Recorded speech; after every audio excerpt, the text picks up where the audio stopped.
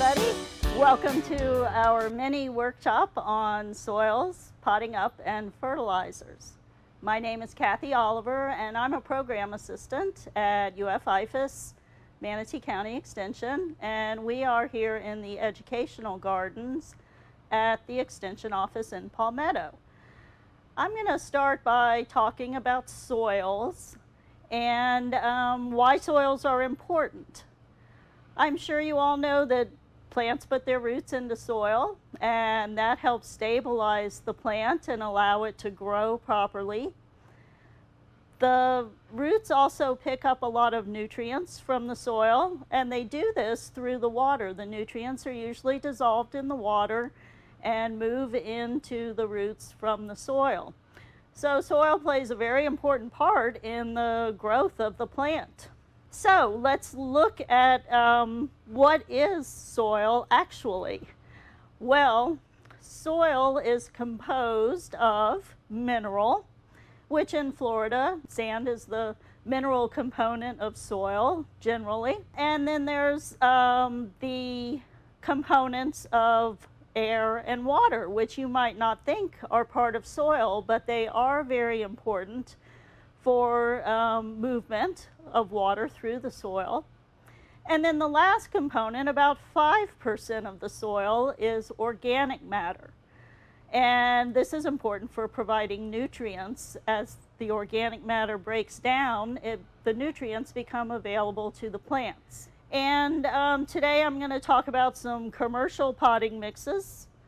And what I have here is a potting mix. And it's really considered a soilless mix because it has no mineral component to it. So this potting mix here is composed of peat moss, and that's the real fine organic matter in the potting mix. And then we have some bulkier material, and that is pine bark usually. Sometimes coconut coir is put in potting mixes. And there's some white particles in here called perlite, and that helps lighten the soil and give it a more well-drained texture. And oftentimes potting mixes will have some other additives like a small starter charge of fertilizer to get your plants off to a good start. There might be wetting agents in the soil that hold on to the water and then release it over time, and it just helps keep the mix moist. And sometimes there's vermiculite, and like perlite, vermiculite is a natural mineral or rock that's been superheated to make it nice and light and porous. There are some other types of potting mixes as well. If you grow air plants or epiphytes, this would be plants like orchids or bromeliads. These plants get most of their nutrients from the air and the water. They don't need a lot of soil, and their roots don't want a lot of soil around them. So you use a very bulky, well-drained mix. So I've got an example of an orchid mix, and I'm going to pour it out for you so you can... Here you can see what the orchid mix looks like. It's quite a bit different from your ordinary potting mix. It's very chunky with bits of bark and charcoal and even some really supersized perlite. And this is just to keep the roots slightly moist around the bromeliad or the orchid, but it's not really, it's just a place for the roots to grow. It's not providing a lot of nutrients or water to the roots. So I mentioned that this is a soilless mix because it has no minerals in it, neither one of these potting mixes. The other thing it doesn't have, which our natural soils have, is microorganisms. It's considered a sterile mix because it has none of the bacteria, fungi, little insects and arthropods and tiny little creatures that you find in the soil. It's a sterile mix. And this is advantageous because you don't start off with any disease-causing organisms or pathogens. You're starting with a very clean soil mix. And I wanted to show you how the air is important in soil mixes because it regulates water flow.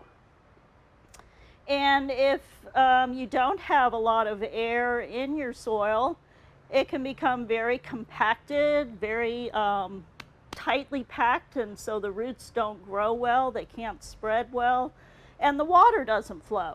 So let's see an example of that. So here we have our different types of media: pea gravel, fine sand, potting mix, and I'll show you what this is at the very end. But let's see how the water flows through each of these mixes. Okay, so I'm pouring water in the first one, and you can see it immediately starts filling up at the bottom.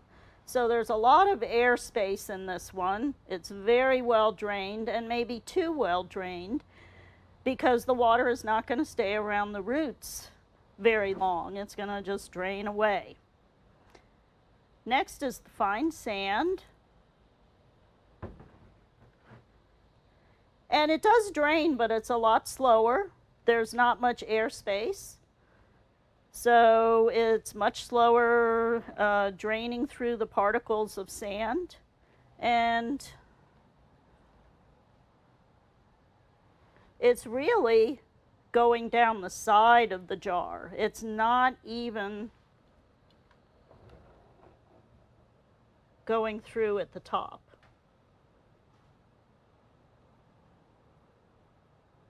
So you may think that you're putting a lot of water on this type of soil, but really it's really draining away and finding spaces to go down and not wetting the entire soil in the jar. And our potting mix is next.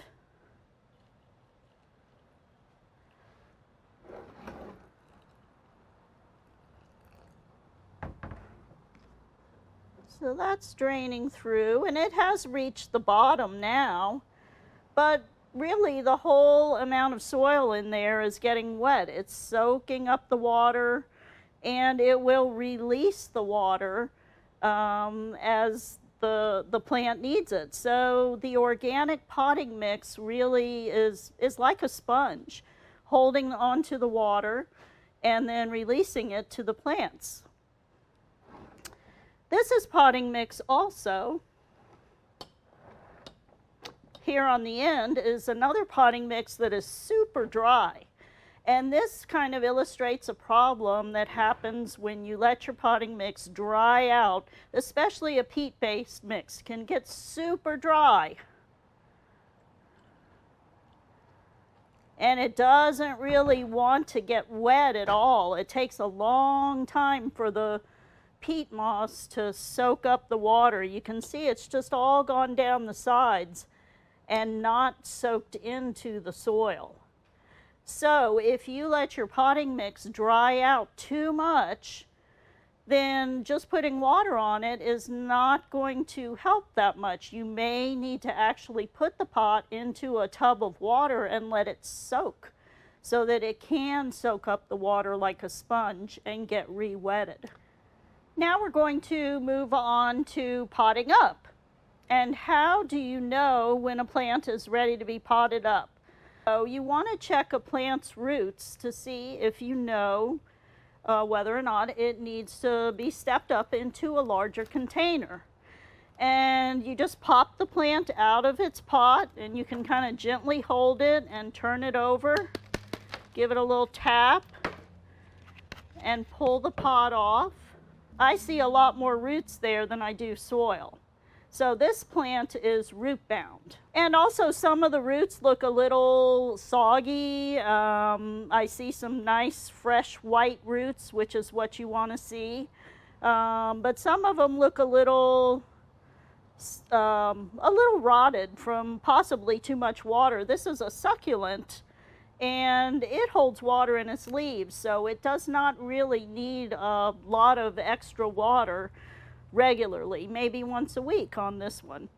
It's also got a lot of plants in one pot and should probably be divided before it's potted up. But that's an example of a root-bound plant. So today we're going to pot up an Aglaonema or cast iron plant. This is a very nice foliage plant. Right now it's in a 1-gallon pot, and you want to step your plants up into the next size or the size after that, but not much more than that. You don't want to put a small plant into a very large pot because it'll stay too wet. The soils, the roots will not take up all the water that you put on the soil. So if you have a 4-inch pot that you're starting out with, the next size up would be a 6-inch. Or you could, if it's a fast-growing plant, you could even go to a gallon size. Or this is I think this is actually almost a 2-gallon. And the Aglaonema is in a 1-gallon size pot, so I am going to pot it up into a 3-gallon size.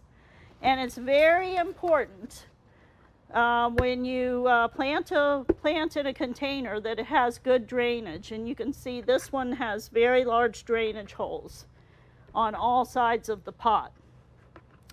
If you do homemade containers or recycled containers, you always want to make sure to put holes in the bottom of the container so that it drains.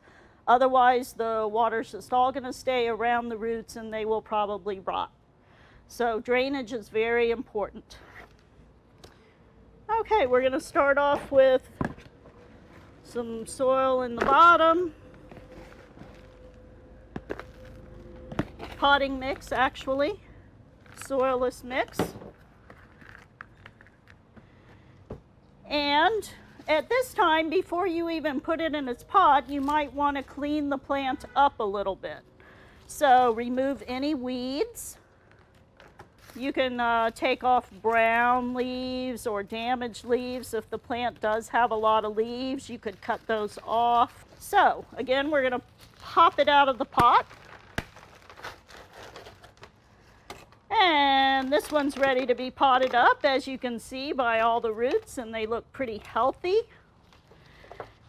And if the roots are kind of going in a circle around the root ball, you can gently kind of pull those apart to encourage them to grow downwards rather than in a circle. The circling roots are not the best for a plant. And the other important thing about potting up is that you want the top of the root ball to be right at the surface of the soil. You don't want to bury the root ball way down deep and pile soil around the stems.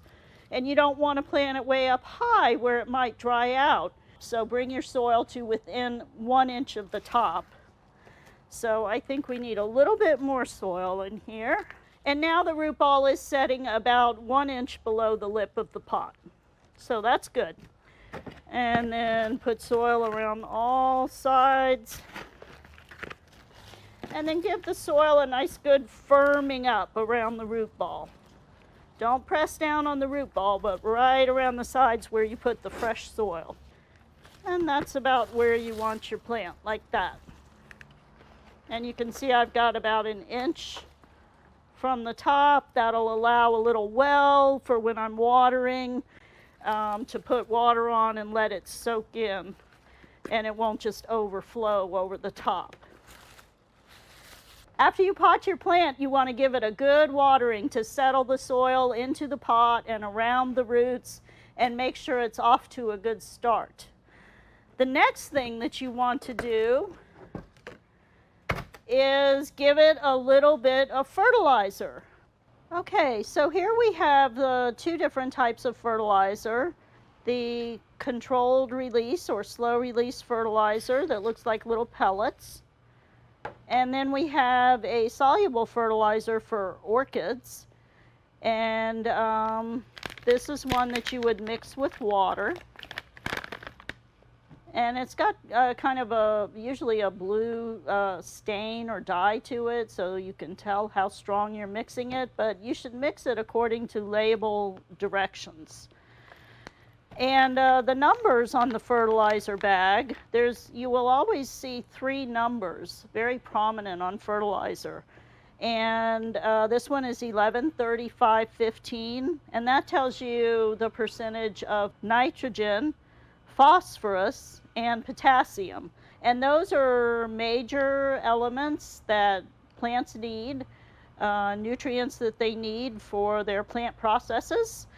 There will also be micronutrients usually in fertilizers. So on the back, you can read what's in there. So we have some micronutrients: boron, copper, iron, manganese, molybdenum, in addition to the nitrogen, phosphorus, and potassium.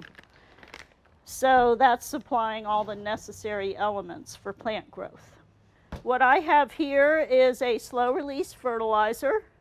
So it will last about 3 months. So for this size pot, 3-gallon size, we're going to apply a tablespoon of slow-release fertilizer. And you want to spread it around the perimeter of the pot. Don't pour it on top or right up next to the stem of the plant. You want it to be released to the roots that are spreading out in the pot. So we're putting a ring right near the outside. We're not dumping it in a pile, we're kind of spreading it around so that all the roots have a chance at the fertilizer. So there we go. That's potting up.